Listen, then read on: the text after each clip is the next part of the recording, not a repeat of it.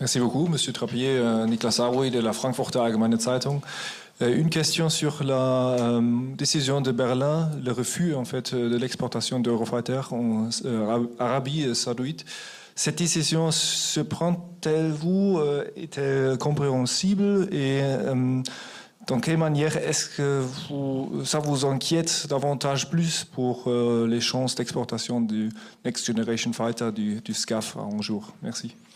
Oui, c'est une des décisions souveraines d'un pays qui s'appelle l'Allemagne, donc j'ai pas à commenter. Sinon, je vais encore générer des remarques dans l'ensemble des colonnes de vos journaux. Donc ça les regarde. Il y a les processus d'exportation est lié à chaque pays. C'est chaque member state qui décide de l'exportation et c'est très bien comme ça. Maintenant, oui, ça m'inquiète. Ça m'inquiète et on l'a dit et la France l'a dit. Nous avons un modèle de développement des avions de combat et de vente des avions de combat qui, bien sûr, privilégie aujourd'hui la France. Donc, si demain il y a de la coopération, privilégieront les pays qui sont en coopération pour développer. Mais nous pensons qu'il n'y a pas de capacité économique dans de tels programmes s'il n'y a pas de l'export. Donc c'est un sujet qui reste un sujet d'inquiétude pour nous. Et je pense que ces sujets-là devront être traités au niveau politique.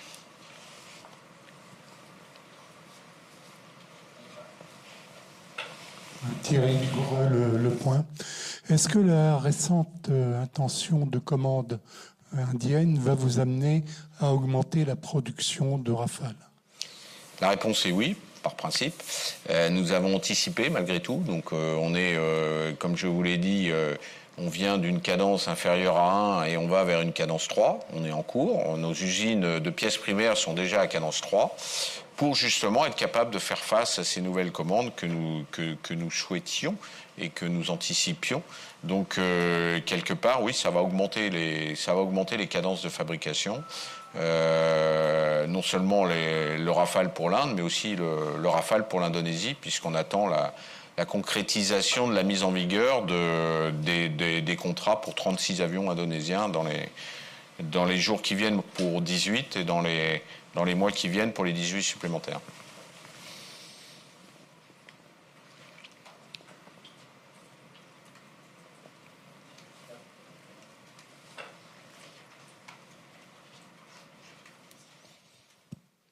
Thierry Dubois pour Aviation Week. J'aurais 3 questions qui concernent les Falcons, s'il vous plaît. Sur les SAF, vous dites que l'aviation d'affaires est devant l'aviation commerciale. Est-ce que vous pouvez quantifier toujours sur les SAF, est-ce que les clients des Falcons sont prêts à payer davantage? Est-ce qu'ils l'ont déjà démontré? Et puis sur la supply chain, vous disiez qu'il y a pas mal de problèmes dans les embauches, dans les matériaux, les matières premières, pardon, et que tout ça crée un certain désordre dans la livraison. Est-ce que ça se traduit, ce désordre, jusque dans la livraison aux clients? Merci. Alors sur les SAF, pourquoi je dis l'aviation d'affaires passe devant, c'est parce que l'aviation d'affaires, et on en est un témoin avec nous, en interne par exemple, on utilise déjà 30%. J'ai rendu obligatoire l'utilisation de 30% de SAF pour nos Falcons qui volent en interne. Ensuite, nos clients sont libres, mais on sait qu'ils sont soucieux d'utiliser des carburants alternatifs, donc ils le font. J'ai pas de statistiques parce que contrairement à l'aviation commerciale, nous ne collectons pas ce type d'informations de manière systématique. Et pourquoi je dis que ça passe devant l'aviation commerciale, c'est que l'aviation commerciale aujourd'hui a petit à petit une obligation de la part de Bruxelles, mais qui est bien plus petite. C'est, si je me trompe pas, 10%. Donc on voit bien que nous, on avance très rapidement. Pourquoi? Parce que nos clients Falcon, pour répondre à votre deuxième question, sont prêts à payer un peu plus cher le kérosène, ou du moins le fuel alternative, le blend, à 30%, dans un souci d'aller de l'avant sur la décarbonation. Et ils savent que c'est la solution pour être capable d'eux. Et on a tenu des discussions dans nos groupements, je dirais, aviation d'affaires, avec nos amis américains principalement. Et tout le monde est sur la même longueur d'onde. Donc on est très confiant sur le fait que dès lors que ces SAF existent dans les aéroports, et ça c'est bien le sujet, c'est de les produire en bon volume, Mais l'aviation d'affaires, c'est un tout petit volume. Je vous rappelle ce que j'ai dit en début de présentation. Ces petits volumes seront servis pour l'aviation d'affaires sans problème. Vous allez au Bourget, vous pouvez vous servir de ce blend à 30%. Et il y a un certain nombre d'aéroports aux États-Unis. Par exemple, quand je dis qu'on l'utilise dans la société, on utilise aussi à Little Rock, où on fait voler nos avions avant de les livrer à nos clients. On a trouvé le fournisseur de SAF et on met aussi 30% de SAF dans les avions qu'on livre à nos clients ou qui font leur vol d'essai avant livraison. Donc on est tout à fait confiant sur le fait que nos clients, qui, en particulier ici en Europe, qui sont toujours très soucieux de travailler sur cette décarbonation, vont utiliser des SAF de manière importante. Donc voilà. Sur la supply chain, la réponse est oui, ça met sous pression nos producteurs. Et donc pour l'instant, on a quelques retards, mais on a surtout beaucoup de gymnastique. C'est-à-dire que chaque fois qu'il manque une pièce, il faut continuer la chaîne avec des pièces manquantes et donc arriver à faire la gymnastique pour se retrouver à peu près à l'heure à la fin pour nos clients. Bon, nos clients comprennent bien, hein, on est dans le monde Falcon, comprennent bien tous ces soucis et on arrive à discuter avec eux suffisamment pour que chaque fois qu'il y a un petit retard, ça se fasse dans la bonne humeur.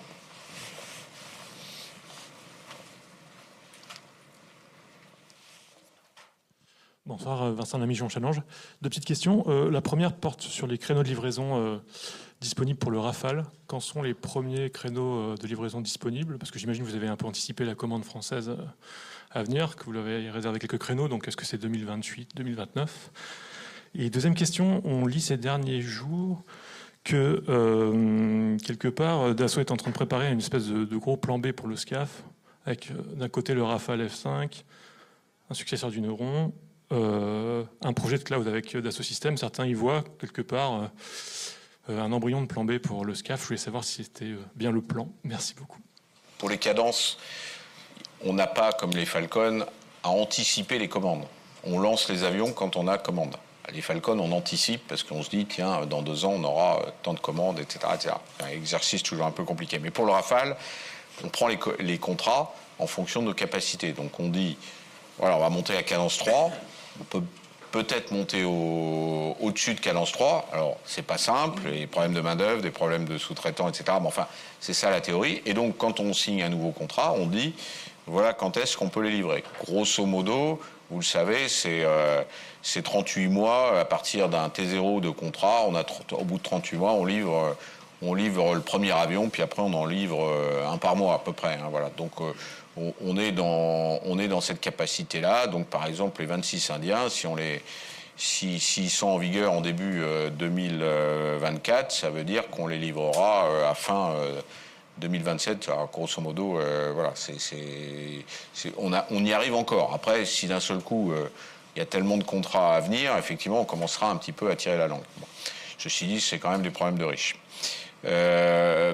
Sur plan B, d'abord, certains ont toujours dit qu'il fallait jamais avoir de plan B. Vous savez que j'ai toujours dit qu'il fallait avoir un plan B. Là, on n'est pas dans un plan B. On est maintenant dans un plan A, qui est de développer un standard F5 pour le Rafale pour les années, grosso modo, autour de 2035. Je le fais à la louche, avec peut-être un drone de combat en parallèle. 2035. On fait voilà. Et ceci n'est pas en lieu et place du SCAF. Le SCAF continue son trajet. Il est d'abord dans une phase de démonstration. Donc on est dans la technologie pour voir ce qu'on sera capable de faire. Cette démonstration nous amène à un vol, en ce qui concerne l'avion, en 2029. Si tout se passe bien, c'est-à-dire que si on arrive à signer rapidement une phase 2 de contrat, puisqu'on n'est que dans la phase 1B. Donc si tout s'enchaîne bien, on sera en 2029. Et puis après, il faut quand même que nos autorités, je parle des 3 pays, s'entendent pour lancer un programme. Ça, c'est encore autre chose. C'est un développement, puis, etc., etc. Voilà. Donc ça viendra après. Et vous savez ce que je dis toujours, c'est pas avant 2045. Alors certains sont précis, ils disent 2044. Au début, c'était 2040. Quand j'étais fâché, je disais 2050. Bon, ça doit être à peu près autour de 2045. Donc, en 2035, on a non pas un plan B, mais un plan A à base de Rafale. Et puis, il y a le SCAF pour après.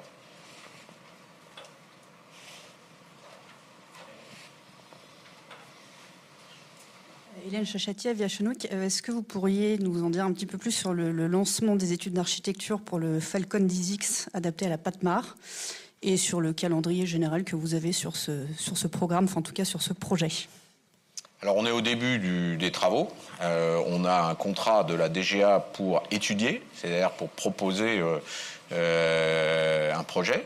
Et donc on est en plein dans ces travaux-là. On a quelques mois devant nous, à peu près encore 6 mois, Jean-Marc, 6 bons mois avant de rendre notre copie.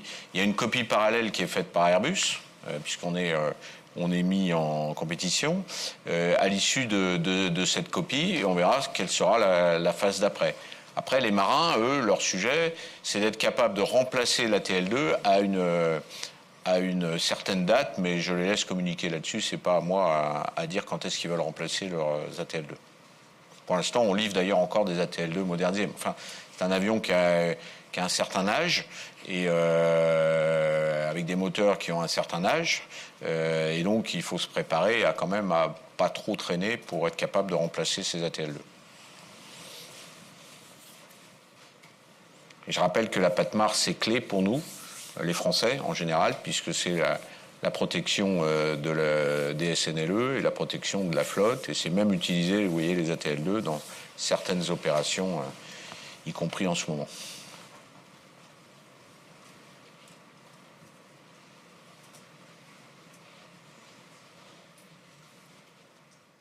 Quatre petites questions. Vous parlez de cloud souverain. J'ai pas répondu, c'est exact. Est-ce que ça veut dire que vous ne croyez plus du tout à une coopération sur ce domaine et que vous préférez faire ça tout seul? Deuxième question, sur le bashing aviation. Est-ce que vous ne trouvez pas que la profession est quand même un petit peu molle comme réaction, parce que tous les soirs, Antenne 2 diffuse dans son climat météo un vrai bashing, souvent contre l'aviation. Je pense que la défense de la corporation de l'aéronautique consisterait à porter une plainte, puisque c'est quand même l'Antenne 2, c'est la chaîne nationale tout de même. Donc, démolir l'industrie aéronautique sur la chaîne nationale, ça paraît un peu bizarre. Maintenant, troisième question, un peu plus légère. Vous annoncez que des bonnes nouvelles. Est-ce que vous n'allez pas finir par en annoncer une mauvaise pour faire baisser la bourse?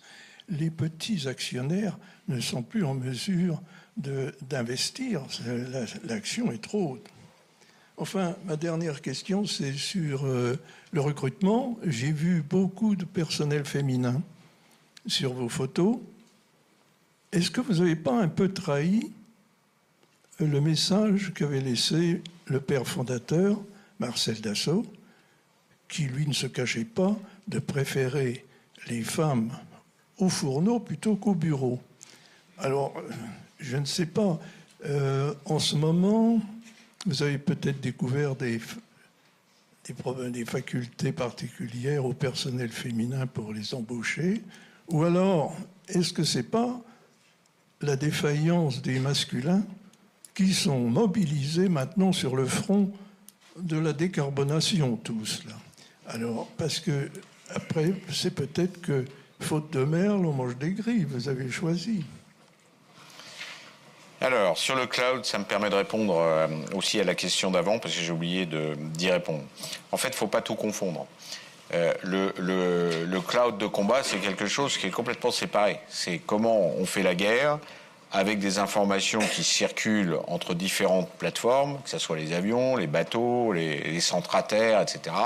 Et ça génère des données, comment on stocke ces données militaires et comment on mène des opérations à partir de ces données. Ça, c'est le cloud de combat. C'est d'ailleurs différent du combat collaboratif. Le combat collaboratif, c'est vous mettez des avions ensemble, ils travaillent ensemble pour aller faire une mission. Ça se fait dans la microseconde, donc c'est du quasi-temps réel. Alors que le cloud, le combat de cloud, c'est quelque chose de différent. On peut faire du renseignement, on peut faire tout un tas de choses, etc. Ce qu'on a annoncé pendant le Salon du Bourget, c'est totalement différent. C'est de dire, il peut y avoir des sociétés ou des institutions ou des administrations qui ont besoin, dans leur vie de tous les jours, d'avoir des stockages d'informations, des utilisations de données. Et pour les stocker, comment ils font? Et ça n'a rien à voir avec la défense. Oubliez la défense. Ça peut être, par exemple, le médical. J'ai des données de tous mes patients dans un grand hôpital, etc. Et qu'est-ce que j'en fais de ces données-là? Il faut que je les mette dans un cloud, parce qu'à un moment donné, j'ai des tas de fonctionnalités qui me permettent d'aller chercher mieux les informations et finalement de mieux cerner le profil du malade et donc de mieux le soigner. Où je mets ces informations? Je les mets dans un cloud. Mais qu'est-ce que ça veut dire un cloud? Si vous avez un cloud aujourd'hui, il va être un cloud à partir de GAFA. C'est Google, c'est Microsoft, etc., etc. Nous pensons, que certaines données doivent être très confidentielles. N'oubliez pas qu'il y a des lois aussi. Il y a des lois aux États-Unis d'extraterritorialité. Il y a des lois en Europe maintenant de Data Act. Il faut protéger ces informations et être capable de se dire qu'en toute souveraineté, ces informations sont stockées dans un endroit. Et c'est ça qu'on lance avec Dassault Systèmes. Ça pourra être utilisé par les sociétés de défense, y compris dans le cadre du SCAF, puisqu'on va échanger des tas d'informations, de définition, de production, etc. C'est ça le cloud souverain. C'est à partir d'un hard qui est mis et stocké à un endroit qui est évidemment en France ou en Europe, et à partir de logiciels qui sont des logiciels qui ne dépendent pas des GAFA. Voilà, c'est ça le cloud souverain, et ça n'a rien à voir avec le combat de cloud qui est un autre sujet. Et d'ailleurs, dans le SCAF, le combat de cloud est plutôt de leadership Airbus, même si bien sûr il y aura des interfaces avec l'avion de combat, puisqu'il faut savoir quel type d'informations sera disponible, etc., et comment on les échangera entre les différents acteurs d'un grand système de systèmes. Nous, là, on laisse Airbus faire. Là, c'est vraiment des outils. Et on est, comme d'habitude, Dassault Aviation, un des premiers à utiliser l'outil qui est développé par nos amis de Dassault Systèmes. Sur le bashing, je ne sais pas s'il y a quelqu'un de France Télévisions dans la salle, je ne pense pas. Je ne sais pas si le pays est intéressé par l'aviation. Ce qui est sûr, c'est qu'il y a des données simples, que je me rappelle du temps du GIFAS et hors Covid. On est contributeur à la balance commerciale avec l'industrie aéronautique en général à plus de 90%. Donc quelque part, c'est nous, on exporte sur les 100% de fabrication d'avions, on les exporte, on est un des leaders mondiaux en général. C'est vrai d'Airbus, c'est vrai de Dassault, et c'est vrai de tous les sous-traitants derrière, et de Safran qui équipe aussi d'ailleurs une partie des avions Boeing. Donc c'est une formidable richesse, et comme on est engagé dans la décarbonation, on confond le fait que décarboner l'aviation égale il faut plus d'aviation. Alors, c'est là où il faut qu'on arrive à mieux expliquer. Je suis d'accord, on essaye de le faire. Stéphane, au titre du GIFAS, est un des leaders pour présider à cette information. Certains, quoi que vous fassiez, et ça comprend peut-être certains journalistes, vous disent on va décarboner l'aviation et puis en faisant en sorte qu'il n'y ait plus d'aviation. Ceci n'est pas raisonnable. Je veux dire, même les jeunes qui sont pour la décarbonation, ils sont pour aussi être capables de voyager. Alors certains vont vous dire, vous aurez le droit à 4 tickets dans toute votre vie. C'est ridicule. Bon, donc, si on veut crédibiliser la décarbonation, il va falloir arrêter de la caricaturer. Et c'est pas nous qui la caricaturons, nous, on y travaille. Et comme je le dis de temps en temps dans certains plateaux, la décarbonation, c'est une affaire de l'industrie. L'industrie va décarboner l'industrie. Si on commence à tirer sur l'industrie, donc sur l'industrie aéronautique en particulier, il y en a qui vont se frotter les mains. Ils sont de l'autre côté de l'Atlantique. Bon, donc sur moi, il faut améliorer notre communication. Il faut peut-être aussi améliorer le niveau de culture de certains journalistes, pas vous, si vous êtes là, donc vous écoutez, sur France Télévisions. ça sera rapporté, je me doute, donc ils vont sûrement m'inviter pour une confrontation, ça sera très bien. Sur le troisième sujet, c'était... J'arrive pas à... Bon, là... le cours de l'action, oui, alors vous avez raison, l'action monte. Mais vous vous rappelez que j'ai divisé l'action par 10 pour justement que le petit actionnaire puisse venir. Donc on n'est pas encore remonté au niveau du multiplié par 10 qui était à l'époque, etc. Donc on a une action qui est autour de entre 180 et 190 euros à peu près là en ce moment. Bon, ça reste quand même pour un petit actionnaire. Si vous en achetez une dizaine, vous êtes à 2000 euros. Bon, qui serait le prix d'une action si on n'avait pas divisé par 10. Bon. Donc je pense que les petits actionnaires continuent à acheter ce type d'action. On est un peu au-dessus de ceux de la profession, Airbus, Thales, etc., qui sont entre 120 et 130, si je ne me trompe pas. Féminin. Alors, j'aurais tendance à dire, chez Dassault, on est très attaché à notre fondateur. On est très attaché aux valeurs qu'il nous a cédées. Mais chez Dassault, on vit aussi dans notre temps. Dans notre temps, c'est pas il y a 50 ans, 60 ans, c'est aujourd'hui. Donc aujourd'hui, on a la chance, et je dis bien la chance, de pouvoir recruter des femmes. Et on en recrute, et on essaie d'en recruter le plus. Et il y en a une qui est en face de moi, qui est DRH de l'ensemble de la société, qui est passée par le bureau d'études, qui est passée par la fabrication. Ben voilà, elle est tout à fait capable, et au contraire, et avec une culture différente, même c'est une femme, et elle performe différemment peut-être, j'en sais rien. On n'est pas tous pareils, mais différemment. Et donc, on appelle vraiment de tous nos voeux à ce que les jeunes femmes rejoignent l'industrie aéronautique qui n'est pas réservée aux hommes. Voilà. Et ce mélange de cultures, moi je ne suis pas pour dire qu'une femme égale un homme d'un point de vue... c'est une culture différente et ça apporte des sensibilités différentes. Et c'est très bien comme ça.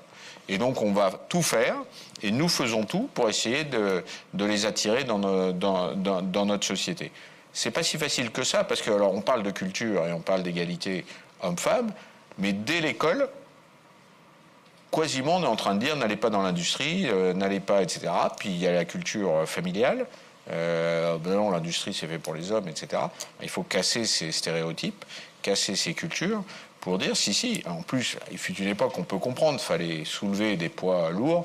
Maintenant, quand vous allez dans les usines, vous voyez, tout a été fait pour que les gens puissent lever des poids sans se casser le dos. Et donc, il n'y a pas de raison. Donc, nous avons des femmes compagnons dans tous nos établissements. Nous avons des femmes ingénieurs, nous avons des femmes dans tous les services. On a une ambition de faire à peu près un quart de femmes dans la société. On n'y est pas encore tout à fait. Voilà. Donc, non, je crois qu'au contraire, c'est pas lié à la décarbonation. Je crois pas. Mais si ça peut aider à la décarbonation, tant mieux.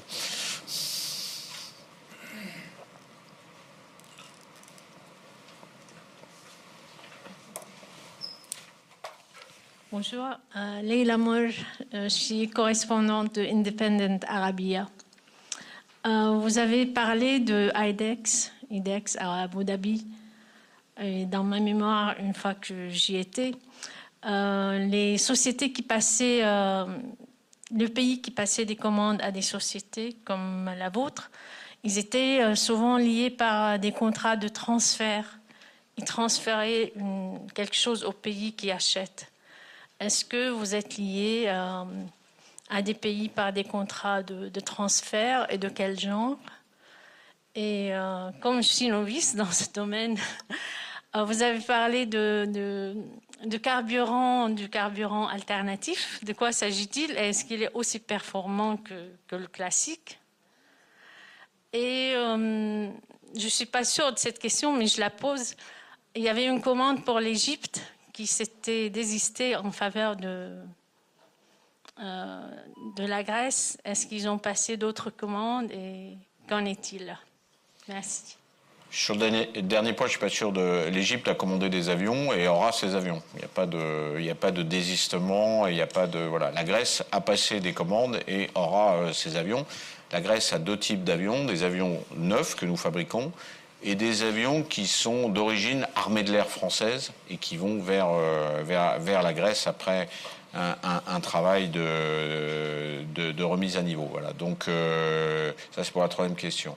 Pour les transferts, je suppose que vous pensez aux offsets, c'est-à-dire quand on a des contrats, on peut dans certains pays être dans l'obligation de devoir apporter du travail, de la technologie pour compenser le fait que le pays a dépensé une certaine somme d'argent. C'est le cas par exemple de l'Inde, c'est pour ça qu'on a bâti une chaîne de fabrication en Inde, non pas de Rafale aujourd'hui, mais de Falcon, qu'on a un certain nombre de projets pour être capable justement d'alimenter ces besoins de transfert.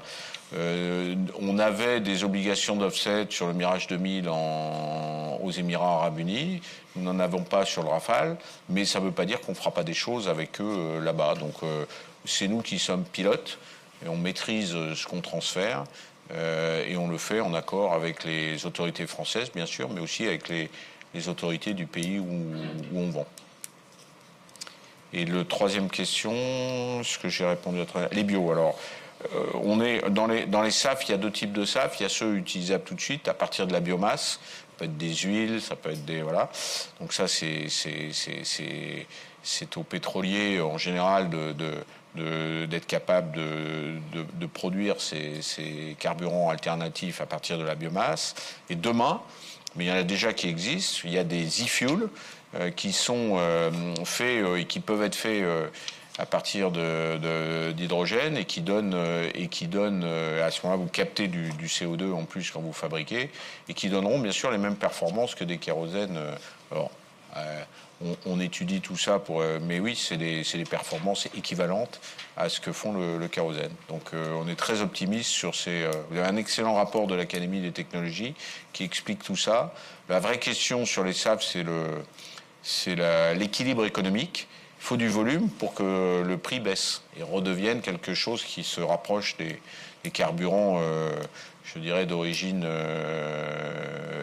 pétrolière. Donc voilà, c'est ça le vrai challenge sur les SAF, c'est l'équation économique. C'est pour ça que l'aviation d'affaires va réussir plus rapidement, parce que nos utilisateurs, qui sont principalement des sociétés, sont prêts à payer un peu plus cher les carburants, dès lors que c'est des carburants qui émettent un peu moins de CO2. Alors que les compagnies aériennes, c'est un tout petit peu plus compliqué pour elles, sauf à augmenter le prix du billet. Et là, de toutes les manières, c'est vrai pour tout le monde, s'il y a uniquement les compagnies aériennes européennes qui augmentent le prix du billet pour prendre des biofuels et pas les compagnies du reste du monde, voilà, le problème de décarboner, c'est que ça doit se faire d'un point de vue international, avec des réglementations internationales. Ça ne peut pas être la France toute seule, ça ne peut pas non plus être l'Europe toute seule. Ou sinon, on va créer des déséquilibres de compétition.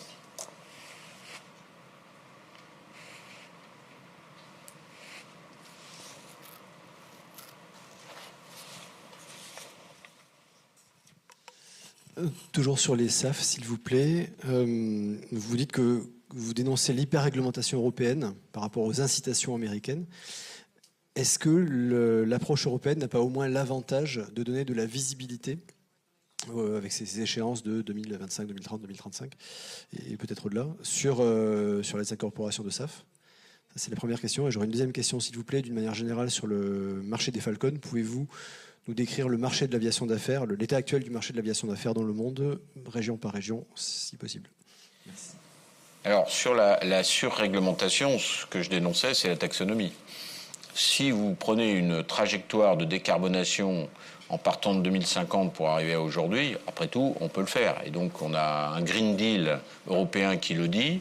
Le problème, c'est qu'on ne peut pas toujours accélérer pour faire plaisir à tel ou tel demandeur. Et il faut crédibiliser la décarbonation. Donc, on a besoin de temps. Et c'est pour ça que, d'ailleurs, à l'échelle internationale, c'est 2050 qui a été la date clé. Donc, on remonte le temps et on regarde comment on peut faire pour décarboner d'ici 2050. Donc les trajectoires, si elles sont plus ambitieuses et incitatives, pourquoi pas. Mais si parce que vous avancez des dates, vous vous mettez à être pénalisé, et que si vous sortez de l'Union européenne, vous n'êtes pas pénalisé, vous voyez le risque que ça fait bâtir. Mais l'hyper-réglementation, c'est pas ça. C'est de dire, parce que tu as un avion de moins de 19 places, tu es pénalisé, tu n'es pas dans la taxonomie. Et de quel droit?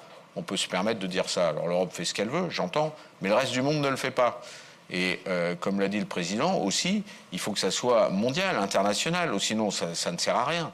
Donc la vertu, si elle est simplement, alors ça peut être fait pour donner l'exemple, enfin, il ne faut pas être naïf, l'exemple c'est bien, mais il faut aussi être capable de subvenir à cette capacité de décarbonation. La décarbonation va avoir un coût énorme, il va falloir se le payer ce coût. Donc quelque part, on ne peut pas tuer ceux qui vont payer demain cette décarbonation, c'est-à-dire d'une certaine manière les acteurs économiques, que ce soit les citoyens qui payent des impôts ou les sociétés qui payent aussi des impôts et qui trouvent les solutions pour décarboner. Donc il faut faire tout ça, pas d'un point de vue bureaucratique, mais d'un point de vue réaliste, et être capable de mener ces discussions-là à l'échelle mondiale. L'échelle mondiale pour l'aviation, c'est l'OACI, qui sont basés au Canada, à Ottawa, et c'est IATA pour l'aviation commerciale. Donc il y a des instances internationales qui incluent la Chine. Parce que vous voyez, on va décarboner, mais ce que fait la Chine, l'Inde, les États-Unis, on s'en fout. Mais qu'est-ce que ça veut dire de faire une taxonomie de ce type? On ne va même pas se regarder ce que font les Britanniques, puisqu'ils ne sont plus dans l'Union européenne. Ça n'a pas de sens. Donc oui, je ne suis pas très content de la taxonomie et de cette surréglementation imposée par l'Europe qui ne prend pas en compte les demandes des industriels. Il y avait une autre question, non? C'est ça. Marché Falcon. Bon, le marché Falcon, il est simple, je vais vous dire, entre guillemets. Vous avez l'Europe et les États-Unis. Puis après, il y a un peu en Asie, il y a un peu au Moyen-Orient, il y a un peu en Afrique. Alors, ça a été assez fort en Europe et en Amérique du Nord l'année dernière. Ça a été un peu plus faible en Amérique du Nord jusqu'à aujourd'hui, depuis le début de l'année. Ça repart. Et l'Europe reste à bon niveau. Voilà, après, tout est en proportionnel. Vous avez vu, les chiffres sont plutôt plus petits qu'avant. Mais voilà. Et puis, la Chine s'est un peu endormie, on va le dire comme ça. Donc, la Chine va s'éveiller. Il n'y a pas de jeu de mots. Et donc, l'Asie, d'une manière générale, se développe de plus en plus, vite, et donc a besoin d'avions d'affaires pour mieux être plus efficace dans la capacité à mener leur business, à mener leur développement économique. Et donc, on est très présent aussi en Asie. Petit à petit, ça vient. C'est un petit peu décalé par rapport à l'Europe et les États-Unis, mais ça vient. Voilà. Donc, il n'y a pas de... C'est nos marchés traditionnels aujourd'hui. Alors, il y a eu depuis la fin de l'année dernière une crainte de récession. Vous avez tous vu ça. On va rentrer en récession. D'ailleurs, certains vous disent on est déjà en récession aujourd'hui. Bon. Alors, ça peut inquiéter. En fait, le marché de l'aviation d'affaires, c'est un marché qui est un thermomètre de l'économie. Si l'aviation d'affaires marche bien, ça veut dire que l'économie marche bien. Si elle marche moins bien, ça veut dire qu'il y a des questionnements sur la qualité de l'économie et du développement. Bon. Donc, je pense qu'il y a eu beaucoup de questions en début d'année à cause de l'inflation, du coût des taux d'intérêt des banques centrales qui cherchent à faire baisser l'inflation en montant le coût de l'argent. C'est sûr que quand l'argent coûte cher, il y a moins d'investissement. C'est traditionnel. Donc, il y a peut-être cet impact, mais je ne suis pas économiste, loin s'en faut. J'écoute les économistes, mais pas toujours, parce que souvent, ils se trompent, c'est normal, c'est pas facile de prédire le futur aujourd'hui dans un monde aussi incertain. Voilà. Mais je pense que si on revend des Falcon rapidement dans les semaines qui viennent, ça veut dire que l'économie va mieux.